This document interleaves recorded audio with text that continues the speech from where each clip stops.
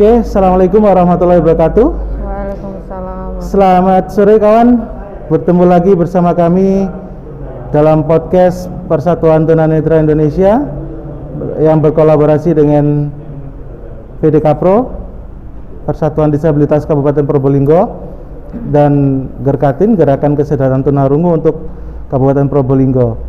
Kegiatan ini sepenuhnya didukung oleh SNV untuk menyampaikan sosialisasi dan advokasi terkait dengan penerapan protokol kesehatan, terutama 5S ya, dalam hal ini adalah fasilitas tempat cuci tangan yang akses dan ramah disabilitas.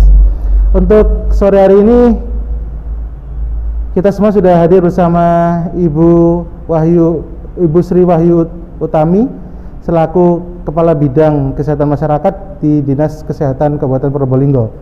Selamat sore Ibu. Selamat sore. Bagaimana kabarnya hari ini? Baik. Sehat Ibu. Keluarga bagaimana, sehat Bu? Sehat Bu. Alhamdulillah. Masih semangat Bu ya? Oh, tetap semangat. Harus semangat. Ya, kita harus semangat. Ya, ini adalah salah satu garda depan kesehatan Bu ya, yang menangani pandemi yang sangat luar biasa ini yang sedang melanda negeri kita ini. Bu, bisa diceritakan Bu untuk situasi perkembangan pandemi pada saat ini seperti apa Bu? Ya, terima kasih atas waktunya. Boleh kami memberikan salam? Ya. Ya, salam sehat buat kita semua. Salam tetap sehat. Jaga kesehatan dan bersama kita bisa. Bersama ya, kita semangat. Bersama kita bisa tetap semangat ya. Terima kasih atas waktunya. Ini adalah kesempatan yang luar biasa bagi kami bisa berbincang santai dengan panjenengan, bisa memberikan saling informasi, sharing tentang kondisi terutama Kabupaten Probolinggo dalam penanganan COVID-19 ya. Iya Bu. Betul Memang sekali. pada kondisi COVID-19 di Kabupaten Probolinggo memang masih tinggi ya. Maksud saya ini setiap harinya yang dirilis itu masih terus naik Bu ya? Ya, ada kenaikan, kadang-kadang turun, tapi ya tidak terlalu signifikan ya. Iya, iya. Tetapi kita tetap optimis dalam penanganan COVID-19 ini. Memang untuk kasus yang aktif masih tinggi ya, sekitar 700 dan perlu kami informasikan juga kita tidak akan menutup-nutupi kondisi Kabupaten Probolinggo ini ya. Dengan angka kematian yang setiap hari memang masih banyak, bahkan 10 satu hari 10, kapan hari 16, sekarang kemarin itu 14. Jadi bagi saya secara pribadi ini adalah masih dalam tingkatan yang masih tinggi ya. Ya, kita berharap dengan kita tetap optimis kita bersama untuk bagaimana mencegah COVID ini bisa terkendali ya, seperti itu. Dan untuk daerah-daerah yang ada di Kabupaten Probolinggo yang memang masih daerah-daerah yang kasus aktifnya masih tinggi ya, sekitar yaitu daerah pinggir, memang pinggir yang identik dengan mobilitas yang agak susah ya. Mobilitas tinggi ya. Mobilitasnya tinggi, terus tingkat kepadatan penduduknya juga dibandingkan dengan daerah lain yaitu Keraksan, Dringu, Gending, Paiton. Akses Pantura ya Bu ya? Ya, akses Pantura ini masih menjadi PR kita bersama bagaimana bisa menurunkan kasus aktif COVID-19. Itu kondisi sekarang ya, makanya kita nggak boleh lengah. Tadi yang kita bicarakan bersama bagaimana kita mencegah COVID-19 ini dengan promkes ya, promosi kesehatan promosi kesehatan yang tidak pernah berhenti. Tidak hanya kita dengar, tetapi yang penting adalah kita lakukan.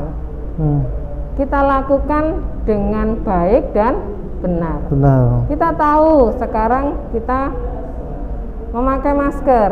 Oke, memakai masker, tetapi memakai masker dengan baik dan benar Itu sebenarnya yang kuncinya. Kita pakai masker tapi masih di dagu. Di dagu. Masih di dagu, hidung masih terbuka. Seperti itu bukan memakai masker itu sudah. Iya, bukan ya, Bu. seperti itu. Pakai shawl Bu ya. Pakai shawl ya. Seperti itu. Demikian juga dengan cuci tangan. Kita harus tahu bagaimana cuci tangan dengan baik dan benar, tidak hanya asal-asalan seperti itu. Jadi apa yang sudah kita ketahui hendaklah kita laksanakan seperti itu. Jadi kita akan mendapatkan hasil yang maksimal dalam penanggulangan COVID-19 ini. Baik Bu. Artinya mungkin ini tidak hanya terjadi di Kabupaten Probolinggo ya, fluktuatif korban yang naik turunnya signifikan Bu ya, tidak hanya terjadi pada Kabupaten Probolinggo, tetapi memang juga terjadi di daerah-daerah lain Bu ya. Beberapa daerah yang lainnya, betul. Kemudian nah ini aktivitas atau peran Dinas Kesehatan sendiri Bu, selain menangani pasien COVID yang ada di rumah sakit dan tempat karantina, ini apa yang dilakukan terkait dengan COVID-19 ini Bu? Oh iya, terima kasih. Sebetulnya saya apresiasi banget ya dengan pimpinan kita, Ibu Bupati yang begitu fokus ya dalam penanganan COVID-19 ini. Mungkin dari sebelum saya jawab pertanyaan jenengan, mungkin dari sisi penanganan itu memang bukan Dinas Kesehatan aja, ya, bukan Dinas Kesehatan tidak akan bisa berjalan dengan baik tanpa dukungan pihak lain. Bersama kita bisa. Tapi kalau saya sendiri saya nggak sanggup, gitu ya. Bersama kita bisa. Jadi mari kita saling bahu membahu, dan saya apresiasi dengan kebijakan Ibu Bupati tidak mengizinkan isoman. Jadi kita Kabupaten Probolinggo telah menyediakan rumah isolasi, rumah sehat Bu ya? Ya, rumah sehat, di mana kita menyediakan sekitar, tidak hanya pemerintah Kabupaten Probolinggo, tetapi kita juga ada peran serta dari perusahaan. Perusahaan juga ikut partisipasi ya? Berpartisipasi menampung karyawannya yang COVID, ya di situ terpapar. Dan terpapar. Jadi kalau perusahaan sudah menyediakan sekitar 300-an tempat tidur, pemerintah Kabupaten Probolinggo sekitar 471. Jadi ini hal yang luar biasa dari upaya pemerintah kabupaten untuk penanganan COVID-19 supaya tidak bisa terkendali ya, tidak menyebar kemana-mana. Untuk memotong penyebaran itu ya. Ya, memutus rantai penularan. Ya, seperti itu. Kita apresiasi banget, meskipun tadi ada yang menyampaikan dari Bapeda itu memang membutuhkan anggaran yang cukup banyak ya. Karena itu semua untuk kesehatan masyarakat Kabupaten Probolinggo. Jadi kita butuh juga partisipasi masyarakat untuk memahami bahwa sebenarnya kami dari pemerintah Kabupaten Probolinggo memberikan perhatian yang lebih untuk masyarakat Kabupaten Probolinggo. Terkait di luar fasilitas, maksud saya pelayanan tadi yang disampaikan, yaitu di luar pelayanan pasien FKTP, COVID, Vaskes dan rumah sakit, kita tetap melakukan promosi kesehatan, bekerja sama dengan semua pihak, baik itu tidak hanya Promkes ya, kita juga ada kegiatan Nyun Sewu, pemulasaran jenazah, pemakaman. Kami tidak hanya berdiri sendiri, TNI Polri bekerja sama, kecamatan, satgas desa, satgas kecamatan, saling bahu-membahu untuk penanganan COVID ini. Mulai dari Promkes kita melakukan sosialisasi di pasar-pasarnya, dengan pernah perso ya di pasar-pasar ya. Di pasar itu bukan hanya teman-teman dari puskesmas saja. Di sana juga ada teman-teman TNI Polri dan OPD yang lain yang terlibat di dalamnya, sehingga bagaimana kita nggak bosen-bosen ya. Saya apresiasi banget dengan teman-teman puskesmas ya. Ya, Teman puskesmas ini mempunyai energi yang lebih untuk penanganan COVID ini. Jadi mereka juga melakukan kegiatan promosi kesehatan ini baik di fasilitas-fasilitas umum seperti itu. Jadi kita juga bekerja sama dengan organisasi masyarakat, organisasi masyarakat, terus CSR ya namanya, CSR itu ya, untuk perusahaan itu Bu ya. Perusahaan-perusahaan itu kita menginformasikan kebutuhan. Nah, kebutuhan apa sih yang dibutuhkan oleh dinas kesehatan atau pemerintah untuk penanganan COVID ini. Misalkan kami kemarin membuka rumah isolasi dan banyak juga yang sudah memberi bantuan tempat tidur, maksud saya kasur dan lain sebagainya. Itu adalah suatu bentuk bagaimana bersama kita tidak bisa kita berdiri sendiri. Seperti itu. Jadi memang perlu adanya kolaborasi untuk bersama kita bisa itu Bu ya. Iya, betul. Untuk mengatasi situasi pandemi seperti ini. Betul. Terutama teman-teman yang ada di ujung tombak ya, seperti nakes-nakes yang ada di puskesmas Bu ya. Betul. Yang langsung bersentuhan dengan masyarakat desa gitu Bu ya. Iya. Yang menjadi akses utama ketika sebelum mendapatkan penanganan lebih lanjut di rumah sakit atau rumah sehat itu Bu ya. Betul ya. Terus untuk penerapan protokol kesehatan sendiri menurut Ibu bagaimana yang ada di masyarakat Kabupaten Probolinggo Ibu?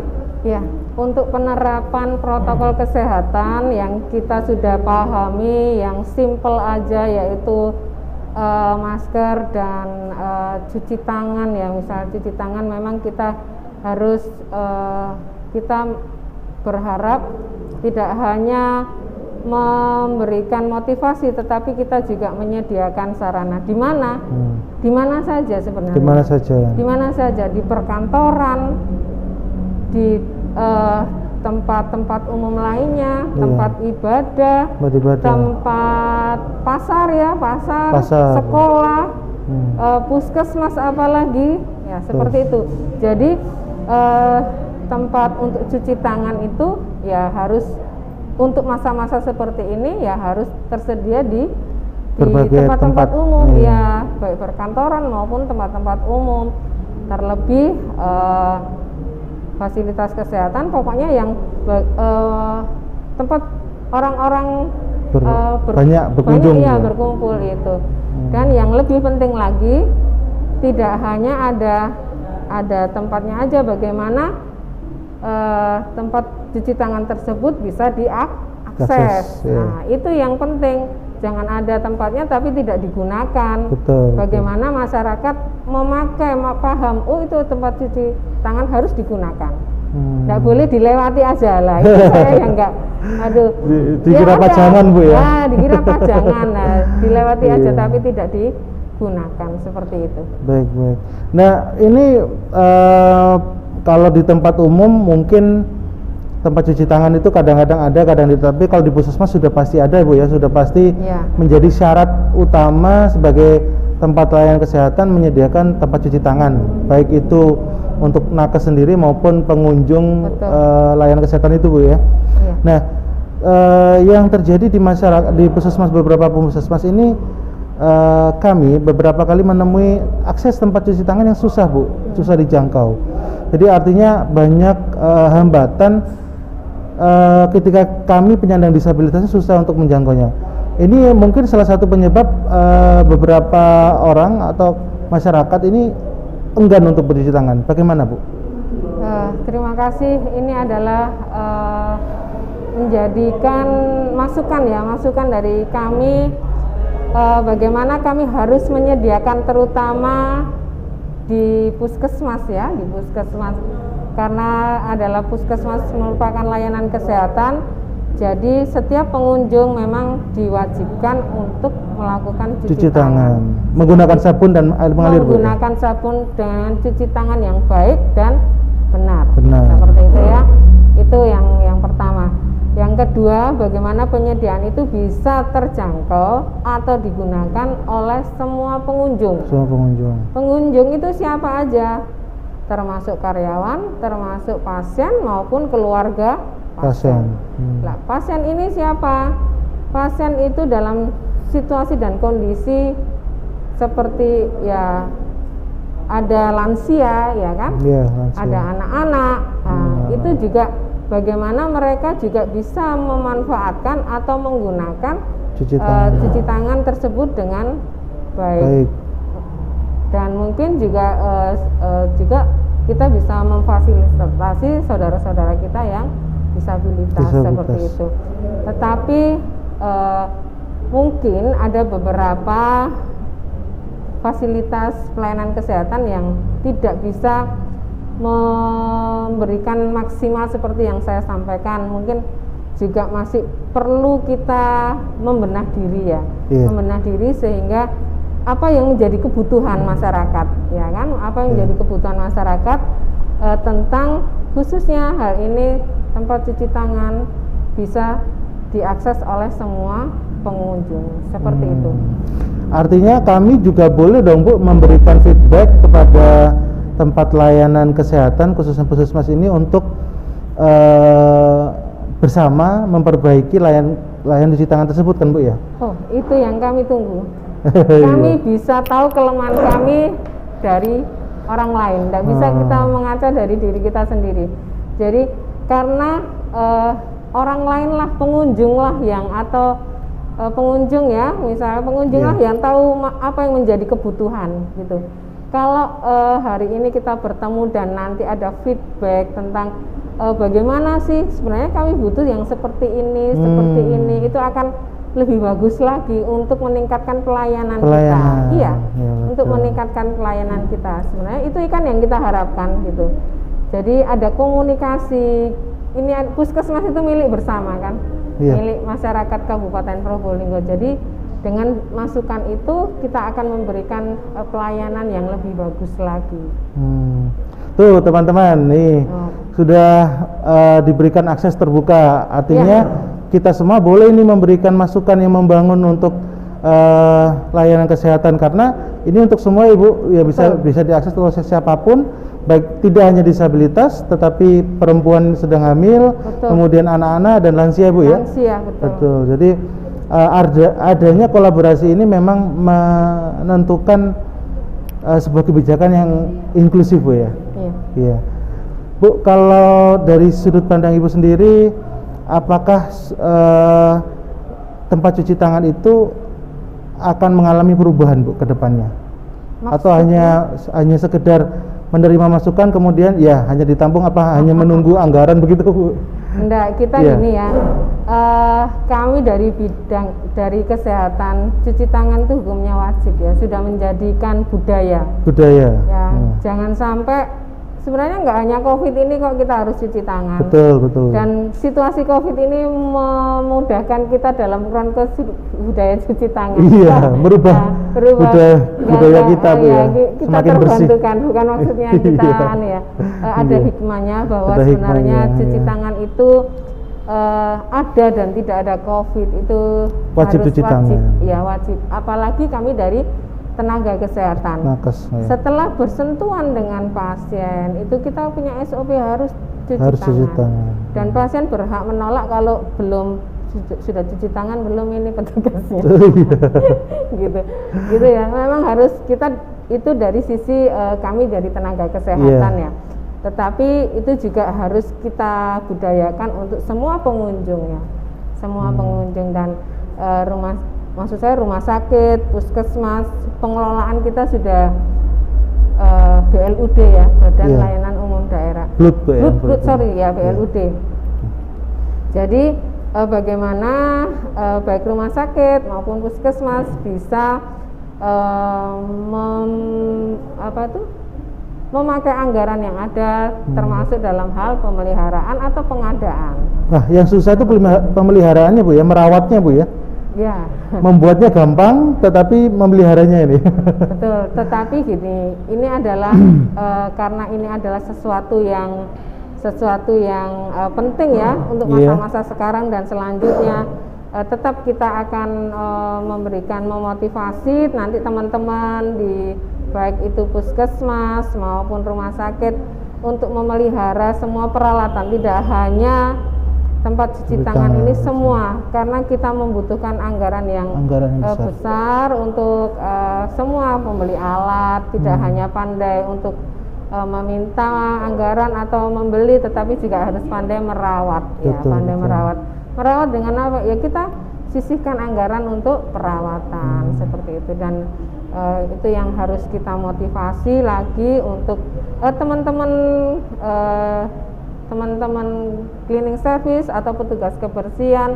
Kemarin dari SNV sudah dilakukan pelatihan bagaimana pelatihan tentang kebersihan, tidak hanya kebersihan merawat nanti tempat cuci tangan tersebut, tetapi kebersihan secara keseluruhan seperti itu.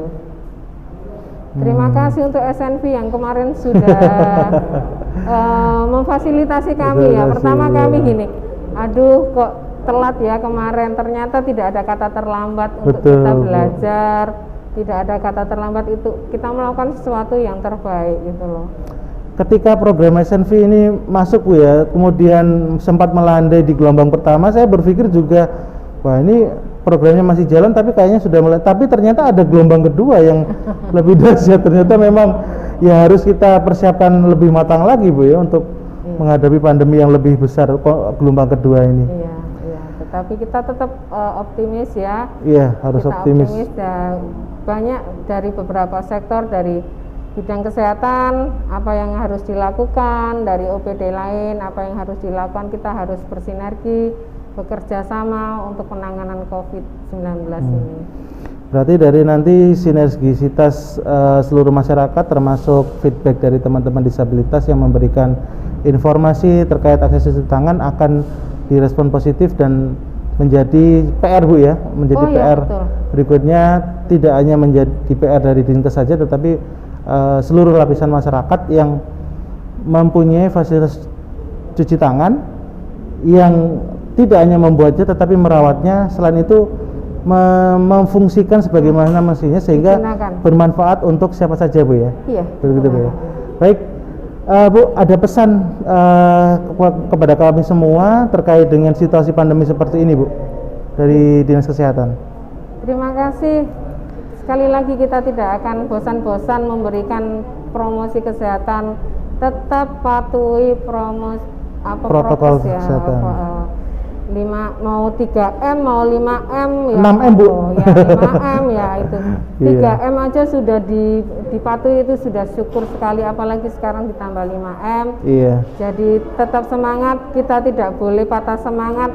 Kita juga tetap harus beraktivitas, tapi ya protokol kesehatan tetap harus dijaga. Terima kasih, tetap semangat. Bersama kita bisa. Bersama kita bisa. Ya. Baik Bu, terima kasih atas waktunya bersedia ngobrol bersama kami. Mudah-mudahan apa yang sudah kita diskusikan, ngobrolkan santai pada sore hari ini bisa menginspirasi dan menambah wawasan serta semangat kita tetap survive Bu ya, tetap bertahan dalam sesulit apapun. Karena bersama kita bisa. Ini slogan. Satu lagi. Bagaimana Bu? Sehat dimulai dari saya. Sehat dimulai dari saya, dan kita semua. Anda dan kita semua. Ya. Sehat dimulai dari saya, Anda dan kita semua. Yes. Oke sahabat, sampai ketemu di podcast selanjutnya. Terima kasih Bu waktunya sudah hadir dalam podcast kami. Tetap patuhi protokol kesehatan, tetap bahagia untuk meningkatkan imunitas kita. Salam sehat, salam bahagia. Assalamualaikum warahmatullahi wabarakatuh.